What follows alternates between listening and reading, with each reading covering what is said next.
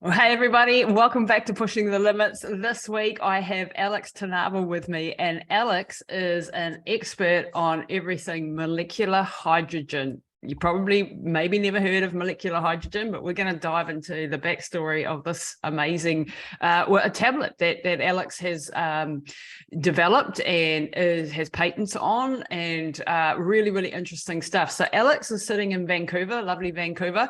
Welcome to the show, Alex. Great to have you. Yeah, thanks for having me. So Alex, before we got on air, we were talking a little bit about your backstory, but yeah, give the listeners a bit of a backstory as to how the heck did you get into molecular hydrogen? Yeah, so this is not quite 9 years ago, but 8.5, 9 years ago. And I got really sick and they didn't know what I had. But at the time I was competing in CrossFit, I was training martial arts a lot. I was training 4-6 hours a day, 5 times a week, and then one kind of like active recovery day where I'd go for a hike or, go for a long nature walk. Then one rest day. So I was training, I was in the best shape of my life by a landslide.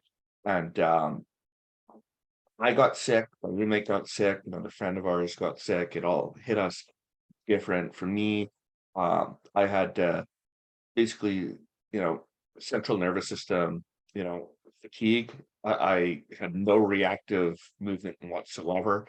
I went from being able to had like a 54-inch plyometric box jump to I couldn't clear an inch off the floor. I just couldn't get off the ground.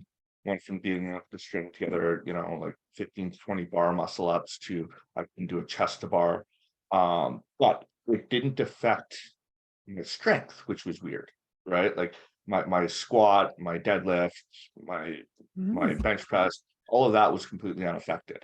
Right. Wow. So it's just anything reactive was shut down. At the same time, I had sudden onset narcolepsy. So I was sleeping, 16 plus hours a day. But if I'd sit down and wasn't stimulated for even a couple minutes, I'd doze off. Wow. Right. And at the time, I also became severely anemic, which was weird because I was eating red meat almost daily and lots of spinach and lots of iron containing foods, and I was eating 6,000 to 8,000 calories a day to keep up my training regimen. So how am I anemic? It was truly bizarre, but my inflammation was just running rampant. Wow. I was at like 34 milligrams a deciliter as my C-reactive proteins, which is about that's huge, 70 to 100 times abnormal. So that lasted a couple months, and finally, when the dust settled abruptly, I was left with polyarthritis. So I developed osteoarthritis in multiple joints. I think I have various stages in 11 joints now, which I think happened. They were all sites where I'd had previous sports injuries. And I think the inflammation just accelerated what would have happened. Oh yeah, degrades it. So that kind of abruptly changed my life. I immediately went on cortisone injections and high doses of NSAIDs, like toxin. I knew that wasn't a forever solution. I started researching anything that could regulate the inflammatory response in the body. Found like molecular hydrogen. At the time, it was really the wild west in that research and industry. And I tried that, and I tried 100 other things, but I bought this machine to make hydrogen water for about $4,000 or $5,000. Wow. And just went about my merry way. It wasn't long after, I think like 9 months later, I developed multiple ulcers, from the naproxen, and I fainted in the gym a couple times. I guess my body wasn't absorbing nutrients and food, so I had to stop the NSAIDs, and my shoulder completely froze. My left shoulder is what was the worst. After that, my left hip. So I just froze up. I couldn't even put on shirts. I got frustrated, thinking, okay, well, none of these things I'm doing are working for the inflammation. It was only, the pharmaceuticals that were working, and now I can't take them. I have this $5,000 paperweight of a hydrogen machine. I went back to scour PubMed and look what was, available to try, I found quite a few new articles on hydrogen therapy regarding regulating inflammation, and it kind of pissed me off because I had a $5,000 paperweight. Yeah, And it just dawned on me, how do I even know there's hydrogen in this water, that's it. right? Mm. I started buying the methods of the studies and reading them, and none of them used a machine like I was using. And so I bought a titration. I got the tested the water, and H2 levels were undetectable. Wow. So it So was a waste of $5,000. yeah, they were like 0.03, per million, or you know, um, you know, milligrams per liter, and basically the lowest dose that's ever seen a benefit is 0.5, Yep. but the tablets get over 10, right? So Wow. it was just such a difference in concentration, right? And dosage that it was just impossible that I could ever get enough hydrogen to have a therapeutic effect, which gave me a little bit of hope. But I kept on reading the method section and starting experimenting to get higher levels of higher hydrogen concentration. Um, Started developing these tablets, and after a while, I was getting up to, like, I was able to get about 3 ppm in the system I was doing, and would drink, I think, a few liters of that a day, chugging it down, and my shoulder unfroze. And so I'm Wow. like, okay, there's something to Something this. happening. Yeah. Uh, from there, I just wanted to kind of like do my due diligence, and I found my founding partner who's from the pharmaceutical industry. He's a PhD chemist, and he's a pharmaceutical, molecule designer, formula designer. First, he said I was crazy. This is the worst pseudoscience he's ever heard in his life. Um, but after I presented to him like a lot of the evidence and rebutted a lot of his contentions about why there's no way molecular hydrogen could be therapeutic, he said, "Okay, I'll take a look." He started working on the formula that I'd been developing with, my base level of chemistry at the time. Um, and I kept on sending him new articles every day. And just serendipitously, one of them that I sent was for a model that he was working on a drug application for. And he said for the other studies, he just had to kind of accept the author's conclusions, but he was intimately aware with that model. And he Mhm. said, listen, if this isn't fraud, right, then this stuff works. Have you thought about commercializing it, not just making it for yourself? Right. And I thought, I don't know anything about this business, but Yeah. I'm clearly passionate about it. Right. I want to make this work. So I kind of slowly started going all in there, and within a couple of years I'd sold my other business, and was doing this full time. And now, I've got a few patents around the world on the tablets and some other applications for hydrogen water, and I license them to dozens of different companies and brands that use my technology. And Wow. yeah, so it's Wow. been a bit of a wild ride. So you managed to design a method to get the molecular hydrogen into an open water source. So you can just put a tablet in the water, bubbles up like Yeah. yeah, and then away you go, drink it. And before that, like there was other tablets that were invented before mine, but you have to kind of seal them in a bottle. Use something Hmm. called Henry's law. You'd increase the pressure internally, that would dissolve more H2 into the water. Because basically the saturation point of hydrogen water is 1.6 milligrams a liter, Hmm. under standard, air temperature, and such. Um, and when you do the conversions from rodent research, rodents drink a lot more water than humans do. So it's very important to get humans the highest concentration that we possibly can to account for the discrepancy in how much water a mouse or a rat drinks versus how much a human drinks per body weight, Yep. right? Because the important part is how much of the molecule is getting into your Into the system, into your tissues. cells Yep. proportionally. Yeah. So those conversions are really important, especially since most of the way hydrogen works isn't by metabolism. So a lot of drugs have the benefit that, yes, rodents say consume more food per body weight, drink more water. They have a higher metabolic rate, so they need more of drugs too, because hydrogen works in a different way than that. Basically, we need to overcome the difference Yeah. in, Between a mouse and a human. in consumption. Exactly. Yep. So what my patent has done is we figured out a way how to make very small nanobubbles, right? Like in the 10 to 30 nanometers in range. And this creates a kind of like a white cloud. It looks kind of like skim milk, of quasi-dissolved hydrogen gas in the water that doesn't immediately dissipate out. So we can get up our testing through H2 Analytics, which is a lab in the US that does the testing for an independent council. It's called the International Hydrogen Standards Association. It's a group of researchers in the area that certify products as containing a therapeutic dose and and are safe for the hydrogen industry. They set this up because of rampant fraud in Japan and Korea on a lot of products that claim to be hydrogen that either were giving no hydrogen or actually in harmful ways.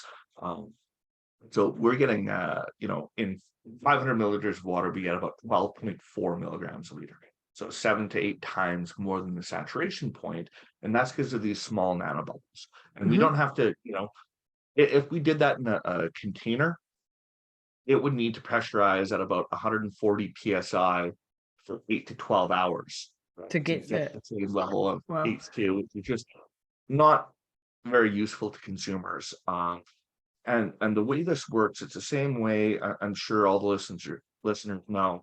When say the COVID-19 virus, when we realized it was in small aerosols and they could just stay in the air lingering for hours or days, that's the same concept.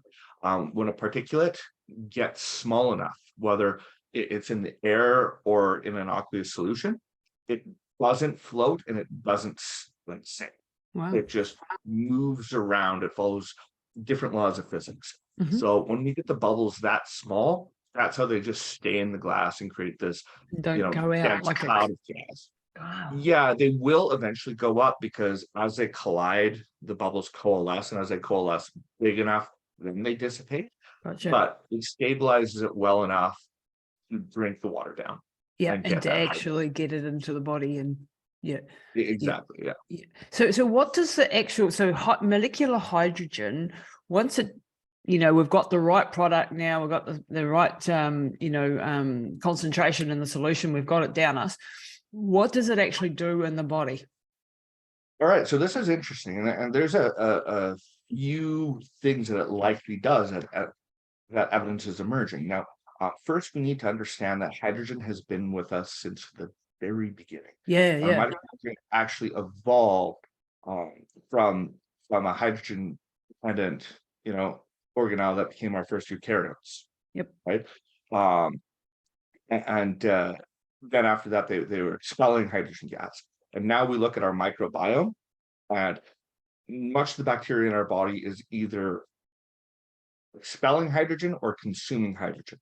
Right? And there's just hydrogen in our body. Just studying microbiome. Yeah, I know that one. So we used to think that hydrogen in our body was completely inert, but why would the first molecule that exists in the universe that has been with us since the very beginning have no role to play? That doesn't make sense. And now research is coming out showing that a large percentage of people are no longer producing hydrogen gas through carbohydrate fermentation, right? Because of disrupted microbiomes. And this is becoming a bigger and bigger field in microbiome research. So a large percentage of people, especially overweight or obese people, research is coming out showing that they're not producing H2 by breaking down carbohydrates, they're producing methane instead. So, which, like that's a side of SIBO too, isn't it? Like, but this is important because hydrogen is now shown to play a couple roles within the body. One role, and there's a lot of hydrogen research on molecular hydrogen and liver health, is Mhm. hydrogen seems to play a key role in maintaining liver homeostasis, right? And a percentage of the hydrogen we consume is metabolized in the liver, right? And promotes healthy liver function. The second thing that hydrogen does is it acts as something called the mitohormetic stressor, Mhm. right? So you can think of that as exercise for your mitochondria. Yep. So hydrogen gets into our cells, it elevates the H2 in our cells, it stresses out our mitochondria, uh, just like exercising stresses out your muscles. Yep. And Hormesis. Yeah. then the peak goes down and our mitochondria becomes stronger. It Yep. improves their function. It causes something called mitochondrial biogenesis. So more Yep. mitochondria is made. And now with more energy available in our cells, a lot of corrections happen.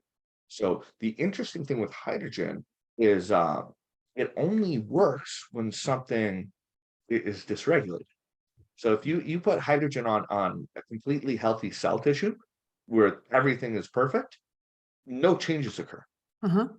Now you artificially damage that same healthy cell, and then you add the hydrogen medium, and you see all of these changes start Wow. occurring.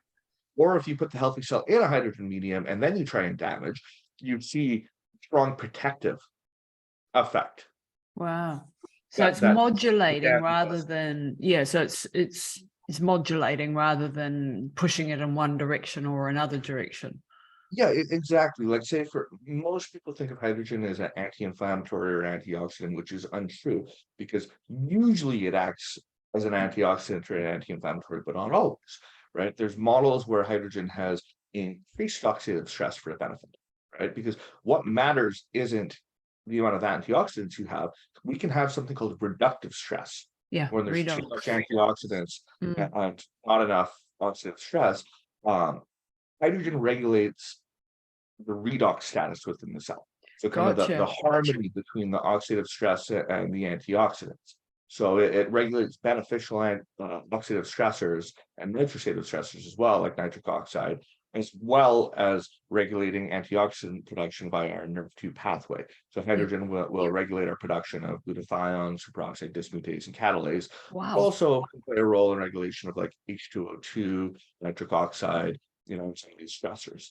Likewise, hydrogen kind of increases inflammation in its myokine role, just like exercise does. When you Hmm. exercise, it slightly bumps up your inflammation. Then your anti-inflammatory cytokines reverse that, and you have a net anti-inflammatory effect. Mm. Hydrogen seems to do the same thing. This Hmm. is particularly important with athletes because often athletes, especially if you're trying to build muscle, are advised not to take any antioxidants or Antioxidant. anti-inflammatories because they will basically um, stop the gains you make from Exactly. exercise Yeah, you because you stop the want signaling. those. Exactly. You want the acute stressors along with exercise, which causes a rebound to strengthen at a healthier level. There's been some cool research on hydrogen in rodents where they'll have a control group doing forced swims and a hydrogen group doing forced swims. And they analyze and the acute stress that happens immediately after and during exercise is higher in the hydrogen group. So it's as if they worked Yep. higher, but they rebound to homeostasis faster. So it's Wow. like they worked out harder and recovered quicker, right? Wow. So hydrogen has potentiated the effects of exercise in that way. But So for athletes, this would mean that you could train harder and get better effects. So like you not hit the overtraining problem that we otherwise hit. that's yeah, that's what the research indicates. Both preclinical and clinical research.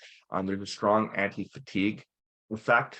A systematic review and meta-analysis just found hydrogen and fatigue, like reduced fatigue greatly. There's been a number of studies found with athletes after competitions, multiple day of intensive exercise, stuff like that, that hydrogen improves a redox status, Wow. once recovery starts setting in.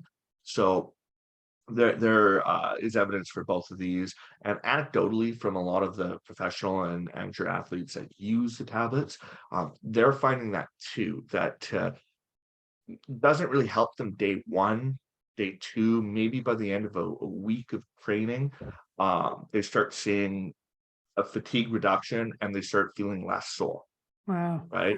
Yep. One of our trials using the hydrogen tablets topically found a significant reduction in delayed onset muscle soreness, right? And also it protected against the rise in creatine kinase, so it protected against muscle damage.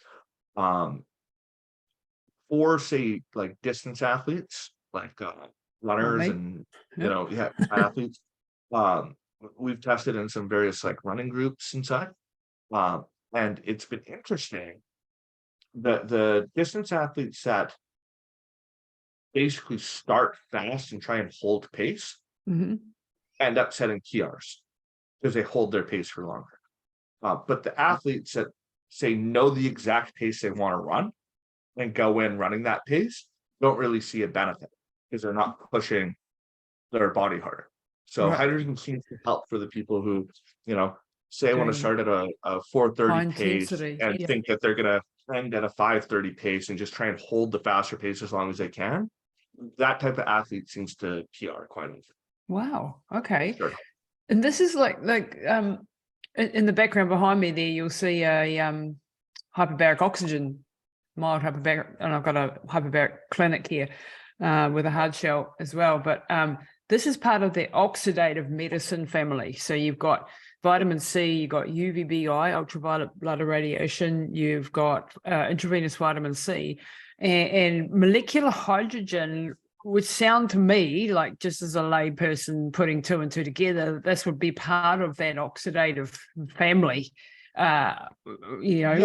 because they all to do with, well, hydrogen and oxygen and that redox. They're playing that redox, that backwards and forwards of trying to get that, signaling right. And is it oxidative stress? You hop in there, you have to have a body that can respond to the stressor. If you're like too far, too weak, and you won't respond. But it's with the hyperbaric, it's flooding the body with oxygen, and what you're doing is sort of flooding the body with molecular hydrogen, and getting that hormesis thing going. Yeah. So it's working, in some ways as a mitohormetic stressor, but really, I like to call hydrogen like a master supervisor or regulator, right? Because it plays a lot of different roles in the body. For instance, something that exercise does too, but is really big in the anti-aging and biohacking world is autophagy. Oh yeah, right? Kind of like clean. Hydrogen, hydrogen usually activates autophagy, but not always.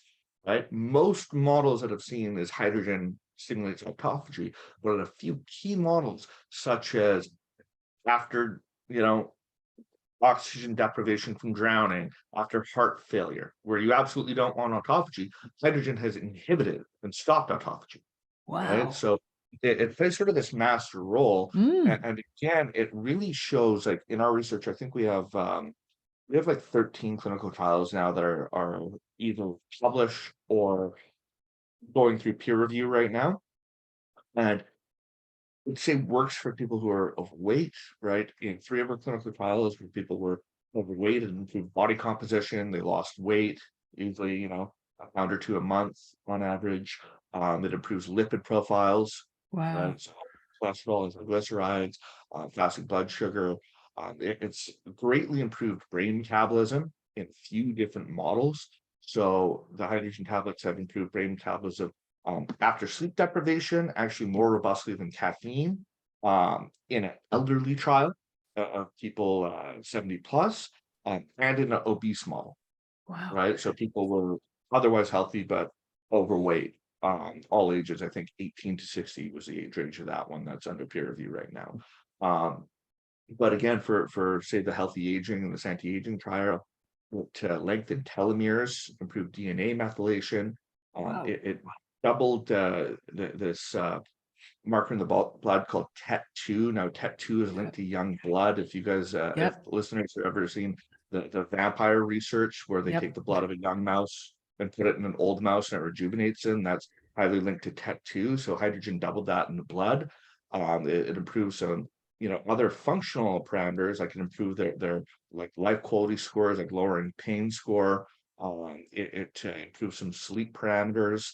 And this one's really big. It improves some parameters of the senior fitness test. So at the Wow. end of the trial, at the end of the 6 months, the seniors that were on the hydrogen were actually stronger, right? So it didn't just protect the decline, they got stronger. And this was really important because this trial was recruited during the early days of the pandemic. Gosh, yeah, So when everything would have been going pear-shaped. exactly, right? So um, this was done in Europe, so the gyms were closed, these Yeah, seniors were basically on house arrest, right? yeah, But they still, in things like how many times they could sit on a chair and stand, at yeah. the end of the 6 months on the hydrogen group, they were stronger. Wow. So what you just said in that mouthful with the DNA methylation and the mitochondrial effects and the improved, it's just like, wow, this seems to be like something that isn't just pushing one pathway, which a lot of, supplements and things, I'm a fan of cycling things because we don't want to Yeah, just push on one pathway all the time. If I just give you, even with like one of my major supplements that I have is NMN, nicotinamide mononucleotide. Even with that great thing that, you're going to increase your pool of NAD in the cell and so on and so forth, I still like people to cycle in and out of it, a good 12 weeks and then have a little break and then more, because you just don't want to push on one pathway all the time. And then there are a few molecules in the world that seem to just modulate everything. So they're not pushing on one way or the other. They're basically going, making everything balance again, which is getting that homeostasis. yeah. So these sort of molecules I like to sort of double down on and really study that and find why is this one, should we be on this, all of us, so have you had any trials in brain injury or neurodegeneration, stroke, anything like that? Yeah, they're again, I don't want to talk about this too much Yeah, because we're getting into some like heavy disease claims on that. yeah, you got to be Uh, careful. Yeah. there was one rat study that was done on tablets that was on post-stroke recovery. It was a Yep. combo therapy between hydrogen and minocycline, and they found some synergy there. There's quite a bit of early research on hydrogen and various neurodegenerative um, issues, but a lot more research does need to be done. Yeah, for Um, sure. you know, where the best evidence is lying so far with hydrogen, where systematic reviews and meta-analyses have been done showing that you're seeing these effects across all studies, not one study where it works, one where it doesn't. You can't get to the bottom of things. Is hydrogen seems to have a strong anti-fatigue effect, and it seems to improve lipid profiles. Yeah. Right. Wow. That's what Huge. we know for sure after systematic review and meta-analysis. There was another systematic review and meta-analysis that hydrogen had some potent anti-cancer benefits. We have a rodent trial on the tablets with that, but I really want to caution because those researchers included all the rodent research, Yeah. right, in their systematic review and meta-analysis. Whereas, Not human the trials. anti-fatigue, the lipid were just human trials, Yeah. right? So there's a lot of areas where hydrogen has been as quite interesting emerging research where it could potentially be Yeah. beneficial. We know it's beneficial for anti-fatigue and for lipids, right? So After systematic reviews and meta-analysis. Um, if it's improving like the mitochondria and causing mitochondrial biogenesis, then that's at the base of so much. And this is where for it sure. becomes exciting, right? Because And yeah, that's why the research is all over the place, right? yeah, because You have would hit so many markets there, so many exactly. problems. There's over 2,000 original studies on hydrogen, looking at something like Wow. 180 different, models, like disease models across every organ in the body. Now, most of the research is still too early evidence to say definitively it does this. And almost the majority of the research is positive. Like I think in about 140 clinical trials on hydrogen, it's worked in 135 of them. Wow. Right. So Yeah. it's overwhelmingly positive, but again, most of these studies are smaller. What would for pharmaceuticals be like phase 1, phase 2? There hasn't been multiple replicated phase 3 trials to show definitively it works for these models. So it's still just, it's very promising, but the way in which hydrogen works, we know is going to have a lot of applications, but the way it works means that it might do something different for person X and person Y. Like you're going to see different changes from hydrogen in young athletes as compared to elderly people, right? So it's hard to say hydrogen does this. Yeah. Yeah. And I know, you know, what I love about your approach is the honesty and the not overhyping all the claims, because, you know, that's the opposite. And, you know, like getting this is the state of where it's currently at, the research. This is what we can say. And, you know, I think the safety of this is pretty high, isn't it? And that's always the first bar to get over, you know, is this safe? I mean, say one tablet gives about 80 milliliters of hydrogen gas, right? And research, people use anywhere from 1 tablet to 4 tablets. So you're getting maybe, you know, a few hundred milliliters. People with a deficiency in producing hydrogen are maybe getting only 300 milliliters a day. So you double your hydrogen production. Whereas other people might get 10, 12 liters of hydrogen a day because they're producing lots. Because they got a good microbiome or something. Yeah. Yeah. The key is hydrogen works not by the total amount you're getting per day, but by spiking the concentration in the cell, right? So, for instance, with the hydrogen tablets or any hydrogen therapy product, you don't want to take it all day long. The research has shown that acute intermittent pulsing of hydrogen has an effect, but continuous exposure does not. So when they say put a cell culture or like rodents in an atmosphere that just has hydrogen around the clock all the time, we're not seeing those positive effects, because just like exercise, it's the peak and then the valley that we want. It's the stress and the recovery. Yeah. And it makes sense. You know, my brain goes to my simplistic brain goes to, wonder what molecular hydrogen plus hyperbaric oxygen therapy would do. There's one human study in that. I forget what model. Yeah, I forget what they were looking at, but I know they used H2 plus H-bot in one model for a positive result, but I don't think they used either on its own. I'll have to go and have a look. Yeah, I can dig it up and find it, email it to you. But like a good trial, I think they would have had a control group, hydrogen group, an H-bot group, and a H2 plus H-bot group. I think they just had a control and an H-bot plus H2. So we don't know if it was synergistic or anything like that. Which one it was. Exactly, right? Just mechanistically, it would mechanistically thinking, that might be a winner. Yeah, it could be. I mean, it's a big area of research we're going into. It is combining hydrogen with approved medications. So we have a few rodent studies in this regard. You know, and again, I really want to caution people listening. These are all, you know, rodent, like mouse or rat studies. They're the first studies of their kind. I'm not saying it works for this. I'm just saying it's this emerging is what we're looking at. It's a way we're going into. But I mentioned the one of nanocycline plus hydrogen for post-stroke recovery. We also have one that was hydrogen plus sulfasalazine for ulcerative colitis in mice. Wow. And the combination was actually synergistic. So hydrogen worked about as well as sulfasalazine for ulcerative colitis on its own in mice, but combined, it was better than additive, right? So there was synergy, so it worked much better. And then we had another one for colorectal cancer in mice again, that was hydrogen or the chemotherapeutic fluorosil, you know, and then the combination of the two.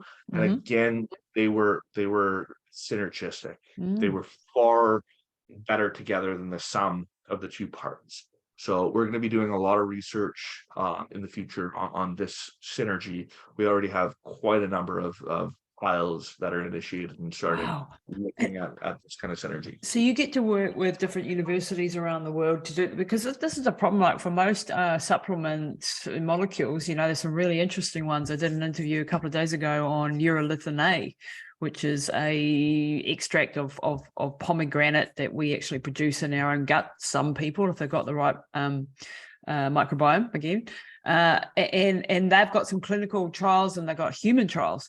But this is rare in the supplement space because it's so difficult to get the funding to do these types of research when it's not drug discovery and it's not, backed by pharmaceutical.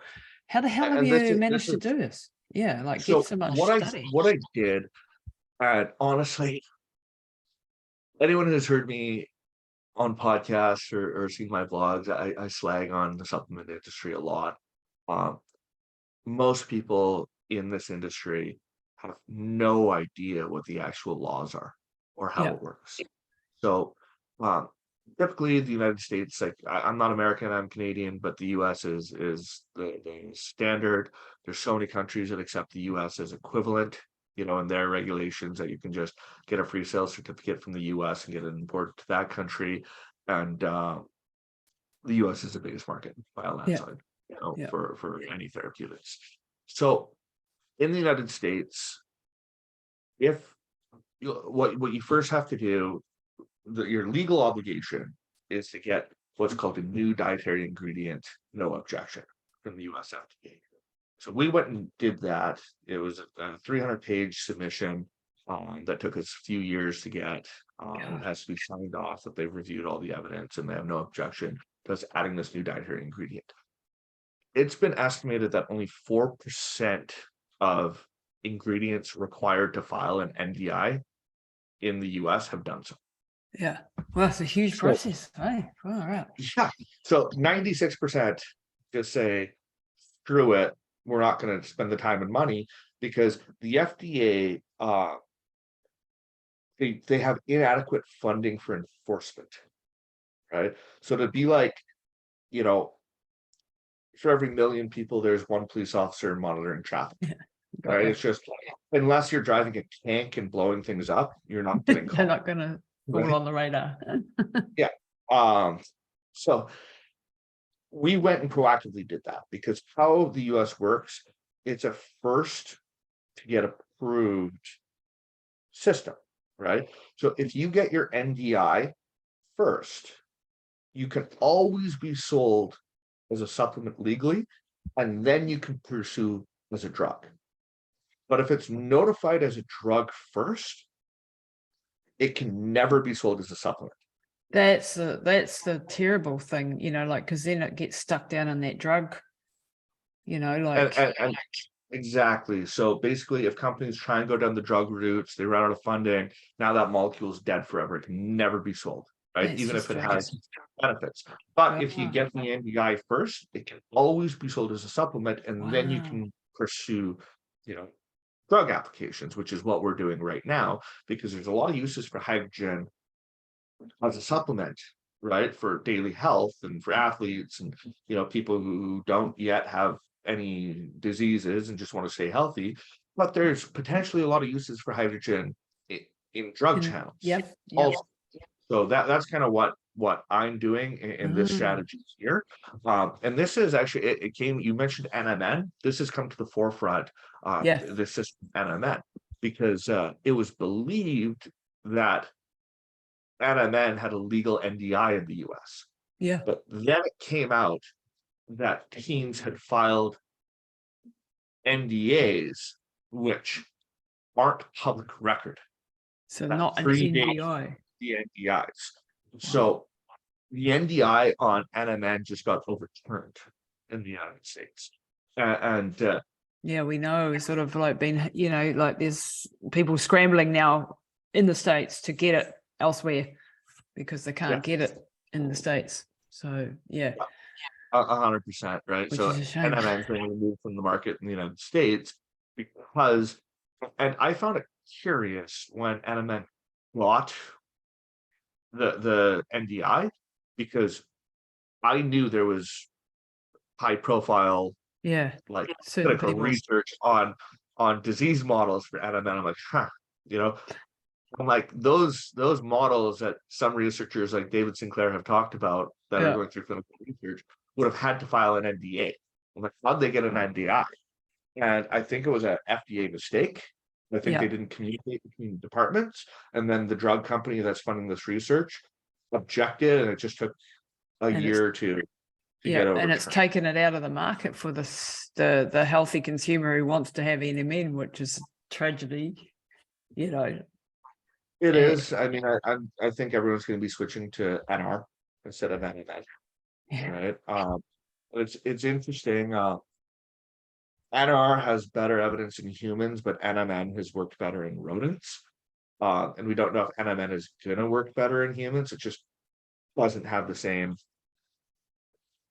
content of research in Yeah, humans as and NR. there's so much debate in the whole NMN in our world, and and then you got infusions and stuff as well, and we've got an NMN product, and we're outside of the States, so we're not affected currently.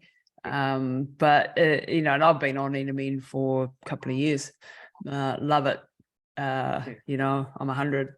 That's I'm doing pretty well, but we'll see. I'm We'll see what I'm comes gonna out. start.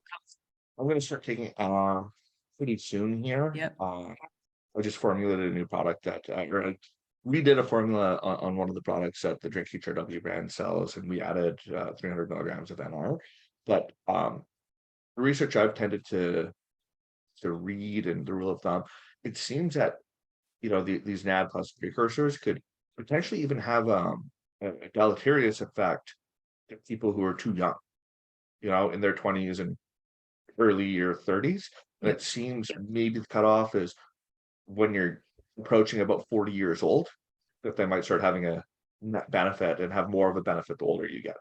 Yeah, when you start to deplete your own supplies and Yeah. so on. Yeah, and that makes sense in a way, because you've got an abundant supply when you're young, and it does drop off as you get older and you get more hits, and so you want that up, regulation of the SIRT genes and get that DNA repair and things, supported. But it's one piece of the puzzle. There's more pieces. And there's a lot of really interesting compounds. One that I'm really researching at the moment, Spermidine, is one that's been on my radar for a couple of years, and I take it, and it's an autophagy upregulator, and it sort of hits all of the hallmarks of aging. So check out Spermidine. It's got some very interesting research behind that one as well. And there's lots of emerging longevity compounds that are starting to be interesting. Spermidine could definitely be cool. I'm excited to see if it pans out in humans. Right, because rodent research has been fantastic, but obviously the research on it is fairly new and emerging. So, but no, it's definitely something. I've gotten it in care packs at biohacking conferences,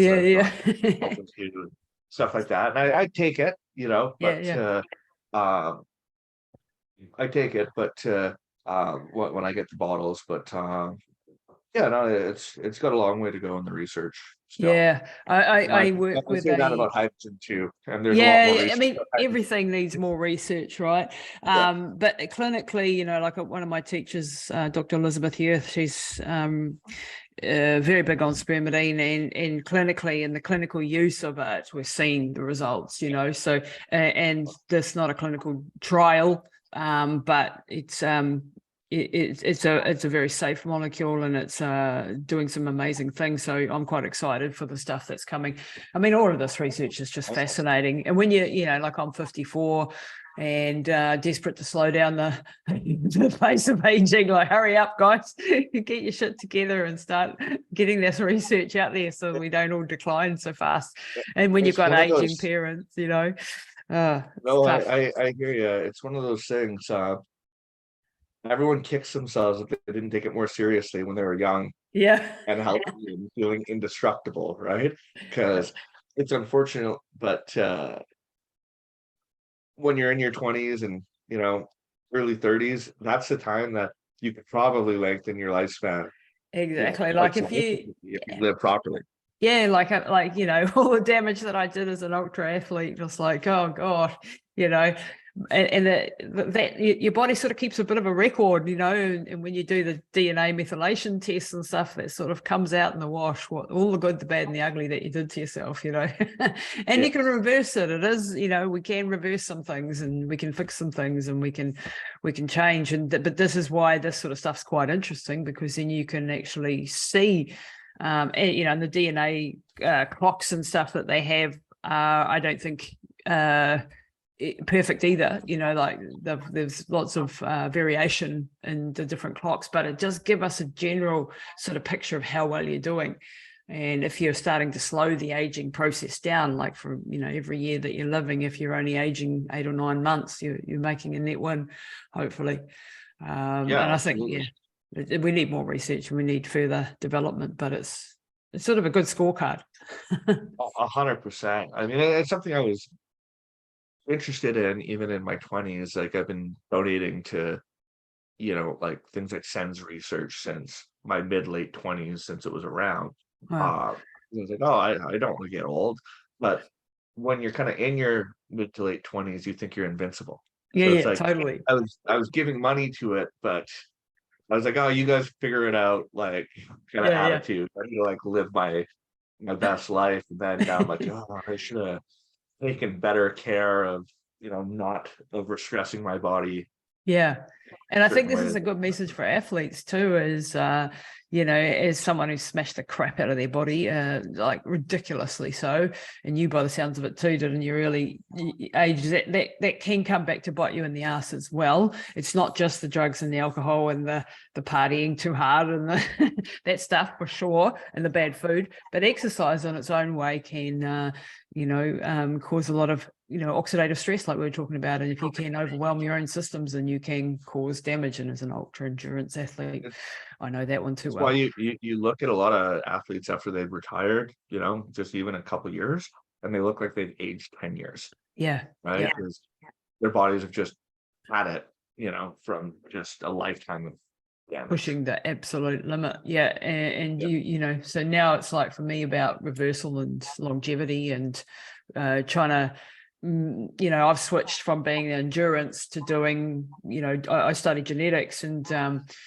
now I know what my genetics are. That was the wrong type of exercise for my genes. So now I'm doing a lot more sort of the CrossFit style, but shorter workouts. I rarely train more than an hour a day, because that's the sweet spot for my body. And it's all about muscle building. It's about holding and maintaining. I'm quite a lean build anyway, but maintaining a level of muscle, because muscles equals longevity for sure. If you've got a good amount of muscle and don't get sarcopenic and things like that. And for women, I think in their, going through menopause and all that sort of stuff, you need to have bone density, you need muscles, I wish I'd known that stuff like in my 20s. I tried to fight and get better endurance and overtrain and do all these things, but my body is all like fast twitch muscle, power, high intensity and short bursts, and I pack on muscle like it's water. Like, wow, even easy. doing things that don't really put on muscle, like martial arts, I start putting on muscle mass, like punching and kicking pads and stuff. Amazing. So I really overtrained a lot through my 20s, trying to build up better endurance, and round out. But my body just fought that. It created so much extra stress that was just totally unnecessary. Yeah. To what my body is designed and wants. You're built for heavy, strong power, speed, things. And by the same token, I was not built for ultra endurance. Spending days running at a time was the wrong thing, and that led to hormonal imbalances and all sorts of problems, over inflammation in the body. Just not a great thing. And now I've got the sweet spot. I've got that sweet spot of still do cardio, but it's a focus on muscle. And I like to round out everything. So you've got balance training, you've got yoga, you've got so that you're trying to hit all the functional markers. Because if you work back from being 100 and go, how do I want to be at 90? I want to still be able to do the splits. Then you better start doing them now. Like, you've got to keep and maintain the flexibility, the coordination, the reaction speed. It's a lot of work. No, it is. It's one thing. I'm sure it's probably similar in women, but there's been more research in men. Like after about age 30, the average man will lose 1% of their muscle mass per year Yep. if nothing changes. Yeah. If they keep the same exercise, the same diet, everything, you lose 1% of your muscle mass per year. Yeah. That's just aging. So the older we get, the harder it is to maintain, let alone grow. And that's kind of why I was mentioning that just more people knew how important that your late teens and your 20s and your early 30s are to set your foundation for the rest of your life, because the older you get, the harder it is. Yeah, you got to reverse all this shit otherwise. Yeah. Yeah, and totally, but it's never too late to start either, you know. So Well, where 100%. They show even elderly people that start exercise programs the first time in their life will improve their health and massively. Yeah, and you know, like I've lived that and seen that with mum, and I have to maintain her after, you know, cancer, stroke, aneurysm, GI bleeds, you know, like with COVID, all of these things that hit her, hit. And we still go to the gym, you know, like we're at the gym 4 or 5 times a week, and we're still training every single day. And it's a hell of a lot harder to keep her there. But that's why I'm totally relentless with her training plans. But even a little bit of exercise is, you know, you don't decondition as fast. It's amazing how even a little walk, you know, a few 100 meters can have a massive difference to an elderly person. 100%. Doing that every day, you know, like it's, you know, like as athletes, we're like, well, that's nothing, you know, that's not going to do anything. Well, actually it does in the elderly. It does. So it's better than doing nothing and sitting on the couch and going, well, I'm old, I don't have to train. No, actually you've got to train more. Yeah, and more varied. 100%. Exactly. And that's exactly it. Right. You know, the older you are, the harder you have to try, and the more you have to focus, and the more perfect you have to be. You know, it's kind of like one of those things. Again, I wish I'd had better habits of eating when I was in my 20s, because I'd eat 68,000 calories a day. And when I was, you know, training 4 to 6 hours a day, I couldn't, you know, I wouldn't, I'd, you know, be perfectly fit. And then all of a sudden, you know, you tear your hamstring or something and can't train for 6 weeks and put on 30 pounds, but then after another 6 weeks of training, you've lost all the weight. Well, that just doesn't work when you hit your, you know, 30s, 40s. You just put it on. You just put it on, and then it doesn't come off. Yeah, exactly, because your metabolism is not in a good place.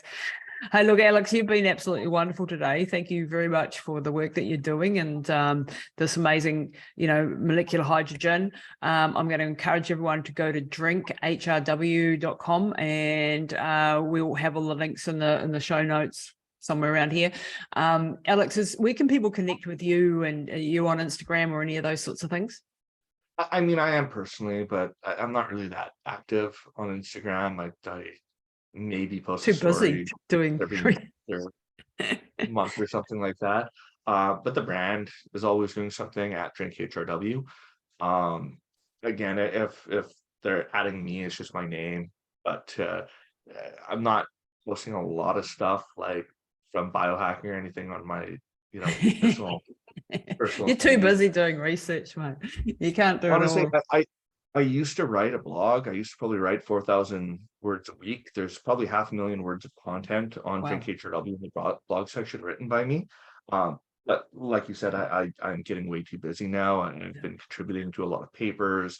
I'm starting this, you know, different wings within the company to do different things, and I had to cut out myself writing. Yeah, you can't do everything as an entrepreneur too. I just know, like, you're wearing so many hats every day. It's bloody hard to cover everything. You can't focus. The more things you have going on too, your memory starts becoming imperfect. Like the less you're doing, the better you're focused at one thing. Yeah. But sometimes you're the only person who can do it all. With the company. You're preaching to me there. When you don't have a big team around you, you've only got a small team, and you end up wearing multiple hats a day. It's pretty tough at times, but you do the best. You do the best you can. Exactly. All right, Alex. Well, thank you so much for your time today, and really appreciate all your research and science. And no problem. Thanks for having me.